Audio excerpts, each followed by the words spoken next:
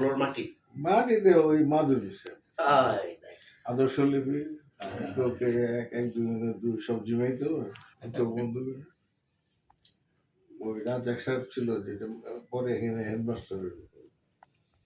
তো হঠাৎ একদিন গিয়ে দেখি যে স্কুল নাই, মানে জ্বরে 3 দিন মোবাইল হয়ে গেছে। কমার্শিয়াল ইয়ারের বিল্ডিং একটা হয় নাই, ওই টিট ফেলায় রাখছে প্রতিটা প্লটে। তারপরে ওই স্কুলে এখানে আরামবাগে, এখানে প্রথমে ওই মাটিতে বসে পড়ছে। দিলীপ ঘোষের ছাত্র, আমিও দিলীপ ঘোষের ছাত্র। তো ওই মাটিতে বসে পড়ছে, আমি ক্লাস 2-3 পর্যন্ত পড়ছি। পরে আবার ওই যে কলোনির স্কুলে পড়ছি, 5-এ সেন্ট্রাল গভর্নমেন্ট স্কুলে ভর্তি হয়েছি। 4-এ কলোনির কোনটায় পড়লেন? কলোনির মধ্যে এখন যে স্কুলটা আছে না, আইডিয়াল হ্যাঁ, নাকি? আইডিয়াল তো ছিলই না, না ওই সময় ছিল একটা, আইডিয়াল প্রাইমারি যেটা, না ওই যে সেন্ট্রাল গভর্নমেন্টের এই পাশে যে ওইটা central Motijheel government primary school. Primary, ওইটাই প্রথমে স্টার্ট করছে একটা কোয়ার্টারে। হ্যাঁ হ্যাঁ, মহিলা ওইটা ওই একটা কোয়ার্টারের মধ্যে তখন কোয়ার্টার হয়েছে, মানে কলোনির একটা বিল্ডিং এ। হ্যাঁ, আবার ওই বিল্ডিং এ থাকতো ওই যে ওর নাম মনে নাই, হিন্দু মাস্টার ননি বসাক হইলেও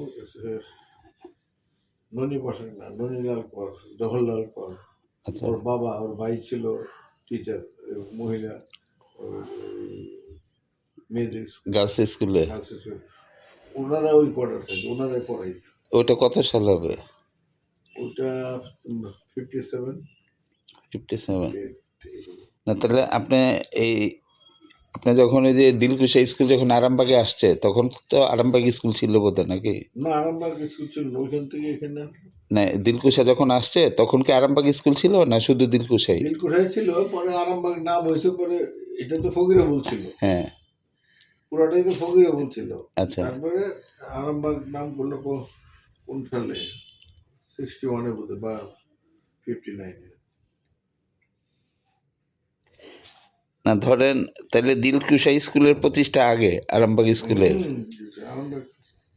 আরামবাগ পরে এখানে খালি জায়গা কে দিল, ডোনেট করলো প্রথমে।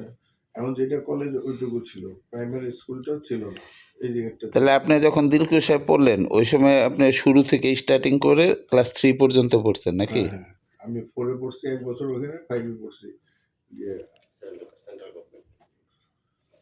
4-এ পড়ছেন প্রাইমারিটা আর কি, মতিঝিল প্রাইমারি যেটা। ওই সময় কি কলোনির বিল্ডিং এ হয়েছিল? বিল্ডিং এ ছিল তখন, ওই স্কুলটা হয় নাই? না, স্কুল ছিল তখন একটা টিনের ওই যে ছাউনি ছিল, ওর মধ্যে যে মাল ছাড়ানো লাগতো, ওইটা পরিষ্কার করে স্কুল করছিল। ওইটা করছিল ওই যে যেটা মতিঝিল বাজারের ভিতরে যে একটা কলোনি ছিল না, হ্যাঁ ওই জায়গাটায়। ওইটাও